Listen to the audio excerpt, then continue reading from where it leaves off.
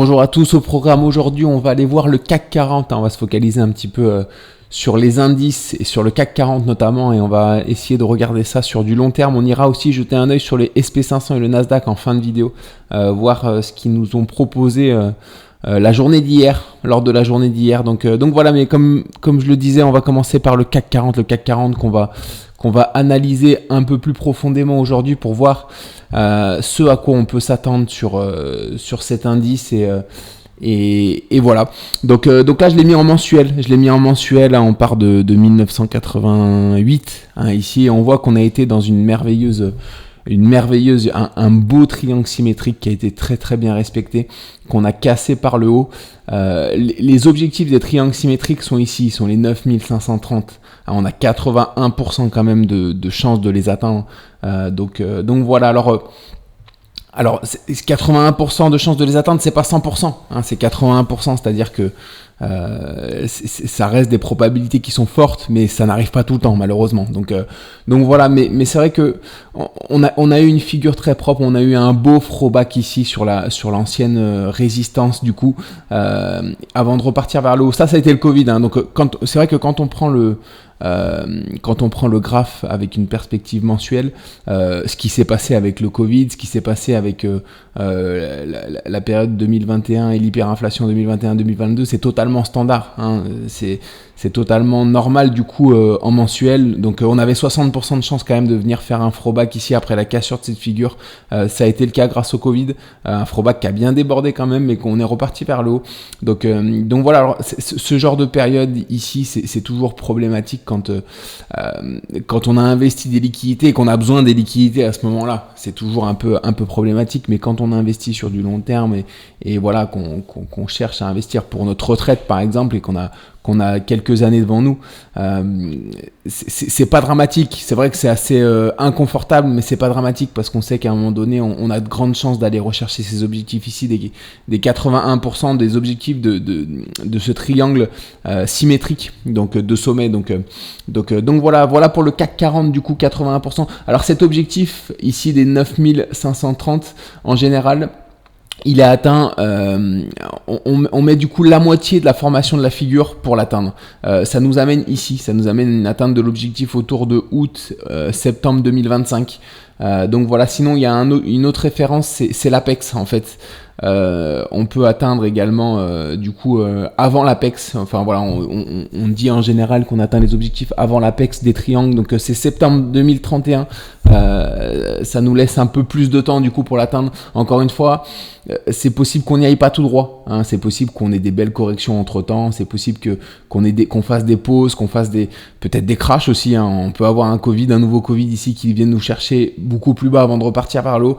Donc voilà, mais encore une fois, si vous avez quelques années devant vous, c'est des objectifs qui seront normalement atteints, qui ont de fortes chances en tout cas d'être atteints. 80% de chance, ça reste 4 chances sur 5. Donc voilà, ce que je veux dire, c'est que si vous avez 100 pièces devant vous et que vous mettez chacune de vos pièces sur des 81%, dans 2 ans vous aurez sûrement un peu plus de 100 pièces devant vous, 130 ou 140 pièces devant vous. Donc voilà, si vous mettez les statistiques de votre côté, c'est toujours pareil, hein. Il y a des résultats qui arriveront forcément au bout d'un moment. Donc voilà, ne mettez pas all-in sur le CAC 40 ou all-in sur une action ou un indice en particulier, mais répartissez un petit peu vos billes un peu de partout et sur des probabilités qui sont élevées comme ça. Ça vous permettra éventuellement de faire fructifier sereinement votre épargne en tout cas. Donc voilà. Alors, que dire d'autre ? On est également dans une sorte de biseau ascendant ici, on peut le voir. Donc c'est possible qu'on cale ici un petit peu sur cette zone, qu'on revienne chercher le bas du biseau avant de repartir atteindre les objectifs. Donc voilà, on a 2 scénarios, hein. Soit on va chercher les objectifs tout de suite, soit on cale un petit peu, on fait des petites pauses avant d'aller le chercher. C'est vrai que la plus forte probabilité, c'est forcément qu'on fasse des petites pauses, hein. On monte rarement tout droit, donc voilà. Donc je vois bien quand même des petites marches d'escalier avant aller chercher cet objectif sur le CAC 40. Donc voilà pour l'analyse en mensuel qui est assez positive sur le CAC 40. On va passer du coup en hebdomadaire. Hebdomadaire, pas grand chose à signaler à part éventuellement ce double bottom ici qu'on a fait avec un bottom ici, un deuxième bottom ici. On est allé remplir les objectifs qui étaient autour des 7840. Donc voilà, on les a dépassés ici. Donc voilà, on se met encore en direction du coup en hebdo, on le voit encore un peu mieux de cette résistance ici du biseau ascendant. Donc voilà, on va aller, on verra à ce moment-là comment on réagit, si ça commence à être dangereux ou pas. Alors je vois également qu'on peut également tracer éventuellement un canal ici. Alors je vais essayer d'y arriver. Voilà, un canal ici. Donc voilà, on peut caler sur cette zone ici où on a une convergence de résistance. Donc voilà, à voir en tout cas en hebdo comment on réagira si jamais on atteint cette zone là. Et on va voir qu'en daily, c'est intéressant parce qu'en daily on en parle depuis quelques jours. Mais on a fait un beau flag ici, un beau drapeau. Un beau drapeau, et les objectifs de ces drapeaux sont l'amplitude du coup de la hausse avant la formation de ce drapeau par rapport à la correction qui a été plus grande que la précédente correction qui a été plus grande que le drapeau. Donc c'était celle-ci, donc on peut partir de la tendance part de ce niveau-là. On a fait un beau drapeau, donc voilà, et là on est reparti vers le haut. Donc je pense qu'on a de bonnes chances d'aller atteindre rapidement du coup les 8650. Voilà, qui seront le haut du biseau.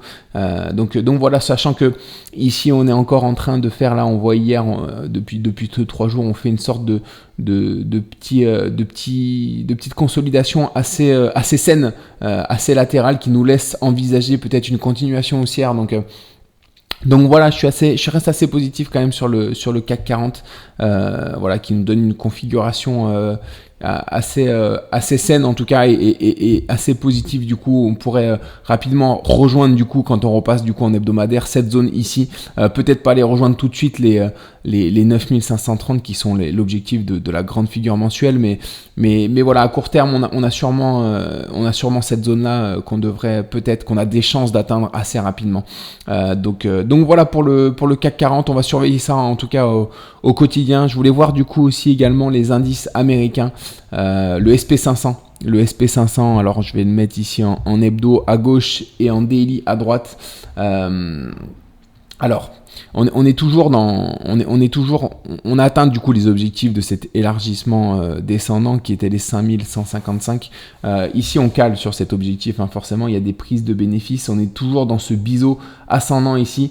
Non, on l'a cassé par le bas. On n'a pas eu encore la validation. On vient faire un pullback ici, ce qu'on appelle un pullback. Du coup, on vient retester la zone de support. Il faudra être attentif maintenant dans les prochains jours, parce que si on vient clôturer en dessous de ce niveau-là, on sera potentiellement parti sur une petite correction. Voilà, sachant que l'objectif des biseaux ascendants sont les 4110. Voilà, sont très très bas, sont ici en hebdomadaire, c'est des niveaux qui sont très très bas. Honnêtement, je pense pas qu'on atteigne ces niveaux-là. Je pense plutôt qu'on ira caler encore une fois sur les 4600 qui sont l'objectif, qui nous donnerait du coup un throwback sur cette épaule inversée qui n'est certes pas très jolie, mais qui existe. Donc voilà, et qui nous donne une zone de support ici qui est très intéressante. Donc peut-être repartir, venir s'appuyer sur cette zone-là, ou même un peu plus haut, parce qu'on a des belles zones de support en attendant ici un peu avant. Donc voilà, sachant que l'objectif de l'épaule inversée sont les 5710 ici, donc qu'on a 83% de chance quand même d'atteindre. Donc ça reste des probabilités assez importantes. On voit ici, alors si on se rapproche, je vais le mettre en daily sur le grand écran. On voit ici qu'on a également une sorte de, alors vous voyez, une sorte de fanion qui est en train de drapeau qui est en train de se construire ici sur le SP500. Pourquoi je le prends pas en considération et pourquoi je prends plus en considération ce biseau ici? Tout simplement parce que déjà le fanion est plus petit que le biseau, donc on prend toujours la figure la plus grande en considération. Elle a plus de poids toujours, mais surtout parce que, alors je vais essayer de dessiner quelque chose, surtout que ici par rapport au CAC 40, on avait quelque chose comme ça, et avec ensuite un petit drapeau avant une continuation haussière. Donc quand on a un mouvement exponentiel comme ça, une consolidation, voilà, on s'attend on a de fortes chances à repartir vers le haut, on a de fortes chances de repartir vers le haut pour atteindre les objectifs de ce drapeau finalement, parce que c'est une consolidation, pardonnez-moi, qui est très saine. Par contre, ici sur les SP500, je pense qu'on a plus une configuration comme ça avec un drapeau qui se fait ici. Donc quand on a un mouvement qui s'affaiblit un peu sur la fin, désolé, le drapeau est horrible, il est immonde, on peut même le dire. Donc voilà, quand on a un mouvement qui s'affaiblit un petit peu sur la fin, c'est le cas ici pour le SP500, on a plus de chances de corriger, en tout cas un peu plus profondément. On peut pas considérer ça comme un drapeau qui nous laisse envisager une continuation haussière. Donc voilà, en tout cas, c'est possible que ce soit le cas, mais on a il y a moins de chances que pour le CAC 40 par exemple. Je vais remettre le CAC 40, je vais vous le montrer à la différence de ce drapeau-là. Le CAC 40, on avait vraiment un drapeau qui était, regardez, on avait une belle poussée haussière et on avait un drapeau qui était très horizontal, après une forte montée, après un gap haussier et vraiment une succession de belles bougies vertes sur la fin. Donc voilà, ça c'était forcément un drapeau qui nous laissait envisager une continuation haussière. Par contre, on va revenir sur le SP500 du coup. Le SP500 c'est moins le cas. C'est moins le cas. On avait des hausses qui s'essoufflent un petit peu sur la fin. Donc voilà, certes on a une sorte de triangle symétrique qui est en train de se construire, un drapeau. Mais voilà, ce que je privilégie, ça reste quand même une petite correction suite à ce biseau ascendant. Après bien sûr, on peut repartir parce qu'on a quand même un drapeau qui est une figure de continuation dans 70% des cas. Mais voilà, à un moment donné, il faut faire un choix quand on a une figure qui est assez baissière et une figure de consolidation. Encore une fois, c'est celle qui est la plus grande qui prédomine en général, pas à 100% du temps, mais en général. Donc voilà, sachant que là, on a bien cassé par le bas, on vient faire un pullback, donc on peut revenir, aller chercher un peu plus profondément sur le SP500. Donc on va suivre ça en tout cas. On verra quelle figure prédominera cette fois-ci. Mais encore une fois, voilà, je pense vraiment que on peut assister à une petite correction un peu plus grande ampleur, même si on revient juste chercher ce niveau avant de repartir. On sait que les indices américains, on le vend en poupe en ce moment. Donc voilà, après il faudra bien corriger à un moment donné cette hausse, hein. On a fait une belle hausse en hebdomadaire, donc voilà, c'est possible qu'on vienne respirer. Ce sera tout à fait sain en tout cas de venir respirer un petit peu et de faire une petite consolidation avant de repartir vers le haut. Donc voilà, je vais juste faire un petit tour sur le Nasdaq du coup pour terminer. Le Nasdaq, pas grand chose à signaler. On est également sur alors désolé, je vais le mettre en daily. Voilà, en daily, on est dans un canal ici. On est dans un canal. On avait failli casser du coup ce canal par le bas vendredi dernier. On a réintégré le canal. Et comme le SP500 est en train de faire une consolidation ici latérale, donc à voir ce que ça nous donne. Peut-être une potentielle épaule, tête, épaule également, donc qui est une figure de continuation, de retournement baissier, ou alors peut-être tout simplement un double bottom de continuation haussière pour aller rejoindre du coup la résistance de ce canal. Le Nasdaq un peu moins clair que les autres indices, je trouve. Donc voilà, mais le Nasdaq qui est moins alarmant en tout cas que le SP500, parce que le SP500 a très bien respecté un biseau ascendant depuis quelques mois et un biseau ascendant qui est en train dont la résistance est en train le support pardon est en train d'être mis à mal, hein, qu'on a cassé par le bas. On revient faire un pullback, donc voilà, on va suivre ça dans les prochains jours. Mais en tout cas concernant le CAC 40, voilà, une correction saine en ce moment, donc peut-être pour une continuation haussière. Après si le SP500 corrige, je vois mal le CAC 40 ne pas le corriger également, donc voilà, c'est vrai que ça fait pas mal d'informations contradictoires, mais encore une fois, le CAC 40 haussier sur du long terme, un mensuel, on devrait rejoindre ces niveaux-là, les 9530. Bien sûr, on n'ira pas tout droit, on fera quelques corrections. Donc voilà, on va suivre ça en tout cas dans ces prochains jours ensemble. Et puis c'est tout pour moi aujourd'hui. Je vous souhaite une excellente journée. On se retrouve demain matin pour le bilan de la journée du jour. Excellente journée à tous, à très vite.